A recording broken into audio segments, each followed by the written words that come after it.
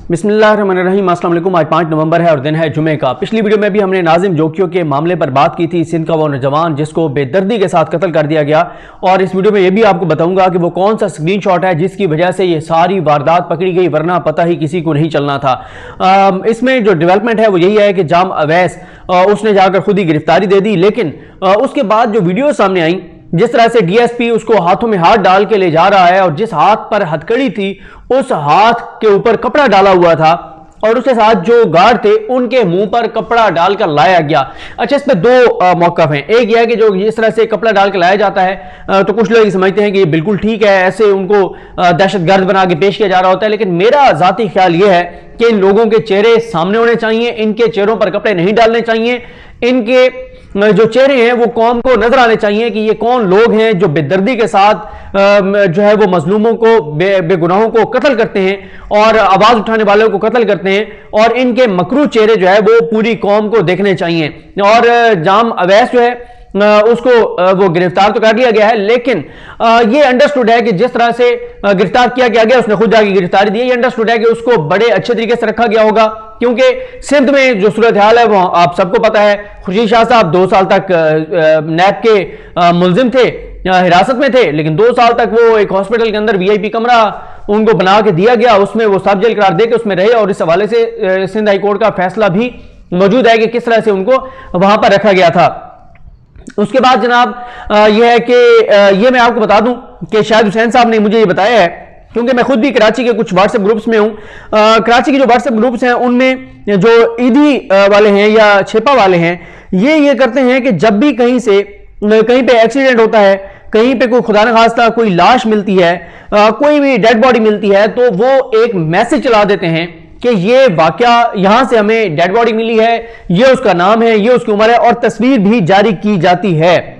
ये जनाब एक स्क्रीनशॉट शाहिद हुसैन साहब ने शेयर किया। शाहिद हुसैन साहब यूट्यूब पे आप उनको देखते होंगे, कराची से जो सुप्रीम कोर्ट रजिस्ट्री है और सिंध हाई कोर्ट वहां से रिपोर्टिंग करते हैं। ये जनाब है वक्त है जनाब, ये दिन है बुध 3/11/2021, और इसमें जनाब जो है वो 23:17 टाइम लिखा हुआ है, यानी रात 11:17, और इसमें लिखा हुआ है कि कराची मलीर मेमन गोट जाम हाउस के अंदर से एक शख्स की तशद्दुद-ज़दा लाश बरामद, छेपा ज़राए। लाश को छेपा एम्बुलेंस के जरिए जना हॉस्पिटल मुंतकिल किया जा रहा है, छेपा ज़राए। लाश की शनाख्त नाजिम वल्द सजावल जोकियो, उम्र 28 साल, छेपा ज़राए, छेपा एम्बुलेंस 1020, छेपा इंफॉर्मेशन ब्यूरो। ये जनाब उनका मैसेज है, और ये मैसेज नंबर B27। ये क्योंकि अब मैं ज़ाहिर है मेरे पास यहाँ पे कोई ऐसा नहीं कि एडिट करके सुलगा सकूं, अगर आपको यहाँ पे ये नजर आ जाएगा, ये जनाब इस तरह से ये मैसेज चला और इससे पता चला कि ये हुआ है, वरना वो जो पुलिस का मौक़िफ़ था कि उनमें तसादुम हुआ है 2 ग्रुपों में, वही कहानी जो है वो बेची जाती। अब आ जाए इस बात पर कि आपने देखा कि आयशा टिकटॉकर का मसला हुआ, उसके ऊपर बाज लोगों ने कंपेन चलाई, पाकिस्तान को गालियां देना शुरू कर दी, पाकिस्तान औरतों के लिए गैर महफूज मुल्क है, पाकिस्तान ये है, पाकिस्तान वो है, पाकिस्तान को गालियां देना शुरू कर दी। अभी इसका ड्रॉप सीन नहीं हुआ था, अभी ये नहीं पता चला था कि ये फिक्स मैच था, अभी ये नहीं पता चला था कि ये सारा ड्रामा था, अभी रैम्बो वाले बयानात, ये सारी चीजें नहीं आई थी। उस वक्त ही मैंने और बहुत से लोगों ने ये कहा था कि यार एक वाकया हुआ है, ठीक है ये गलत हुआ है वाकया, लेकिन आप इसमें पाकिस्तान को क्यों गाली दे रहे हैं? आप कौन होते हैं? आपकी जबान कैसे आपको यह इजाजत देती है? आपकी जबान कैसे जो है वो इस मामले में काम करती है कि आप पाकिस्तान के ऊपर चढ़ दौड़ते हैं, आप पाकिस्तान को गालियां देते हैं?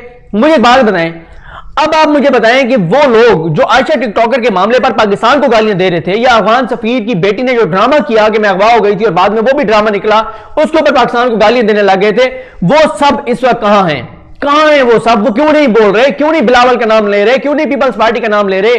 क्यों नहीं सिंध हुकूमत का नाम ले रहे?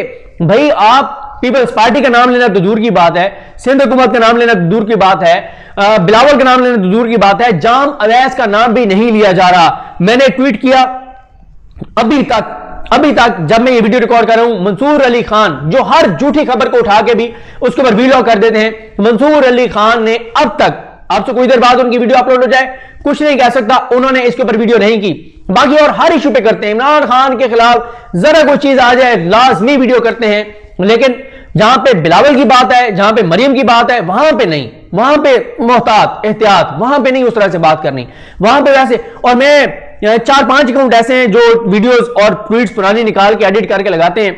एक वो अस्करी रेंज के नाम से अकाउंट है, एक वो नेकरू या इस तरह का उनका नाम है, मैं एक्यूरेट नहीं देख सका, वो है, एक अमरीन है, एक फेक न्यूज को वो बताते हैं कि कौन कौन सी फेक न्यूज हैं, और एक वो दूसरा मीडिया। मैं उनसे कहता हूं कि जरा वो वीडियो निकाले मंसूर अली खान की, जब पार्लियामेंट के बाहर नून लीग वाले आके प्रेस कॉन्फ्रेंस कर रहे थे और उधर से पीटीआई वालों ने आके और कुछ लड़कों ने मरियम औरंगजेब साहबा के साथ बदतमीजी की थी, और मरियम औरंगजेब साहबा एक वीडियो आई थी जिसमें शायद कोई मरियम औरंगजेब साहबा को पकड़ रहा था, इस तरह का कोई मामला था।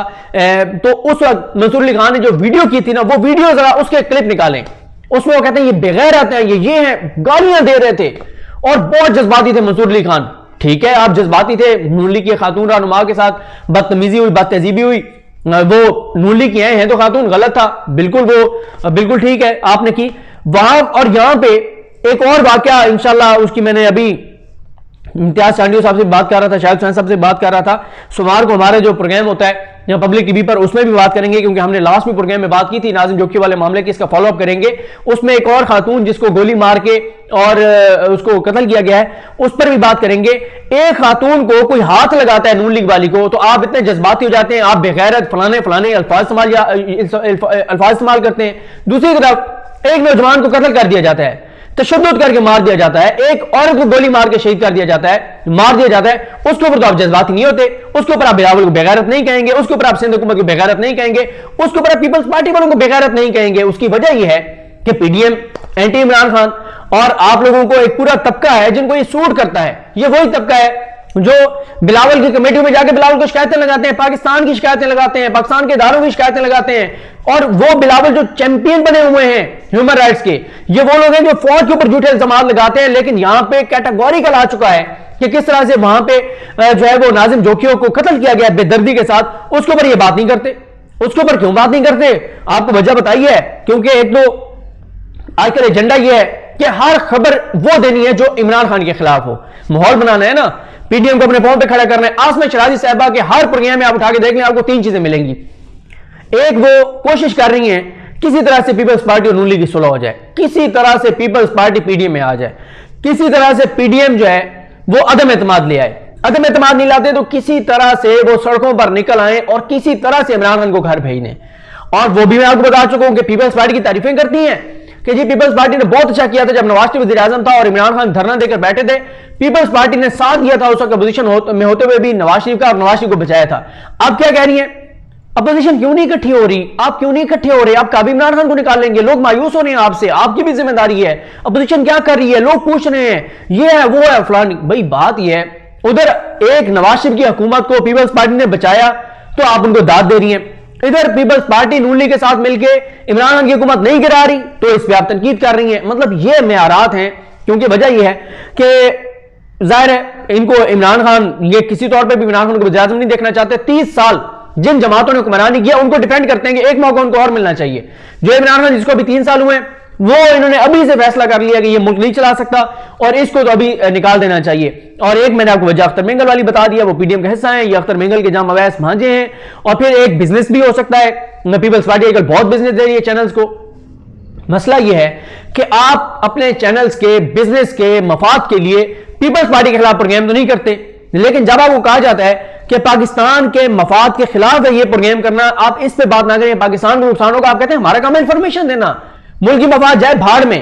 पाकिस्तान की आपको फिक्र नहीं है, बिलावल की आपको फिक्र है, क्योंकि पाकिस्तान में आपका वो मुल्क का मफाद है या आपका जाती मफाद है। मलिक रियाज के खिलाफ तो आप बात नहीं कर सकते, क्यों? क्योंकि जाहिर है मलिक रियाज इख्तियारात देते हैं, आपकी जरूरत नहीं है आप मलिक रियाज के खिलाफ बात करें, लेकिन फौज के खिलाफ बात करनी है, क्योंकि वहां चाहे मुल्क की मफाद कंप्रोमाइज हो रहा है, वहां पे बात करनी है, यहां पे हमने बात नहीं करनी, क्योंकि यहां पे मलिक रियाज के खिलाफ मलिक रियाज इख्तियार देता है, पीपल्स पार्टी इख्तियार देती है, या हमारे जाती मफादात हैं कि एंटी इमरान खान कुव्वतों को कमजोर नहीं करना, बस सिर्फ और सिर्फ इमरान खान के खिलाफ प्रोग्राम करना। अभी तक टीएलपी के खिलाफ ये प्रोग्राम करने पे लगे हुए हैं। भाई टीएलपी ने जो टीएलपी के धरने में पुलिस वालों की जाने गई, मैं पहले दिन से कह रहा हूं, जो उन पुलिस वालों को शहीद करने वाले हैं, उनके कातिल हैं, उनको कैफरे किरदार तक पहुंचाना चाहिए।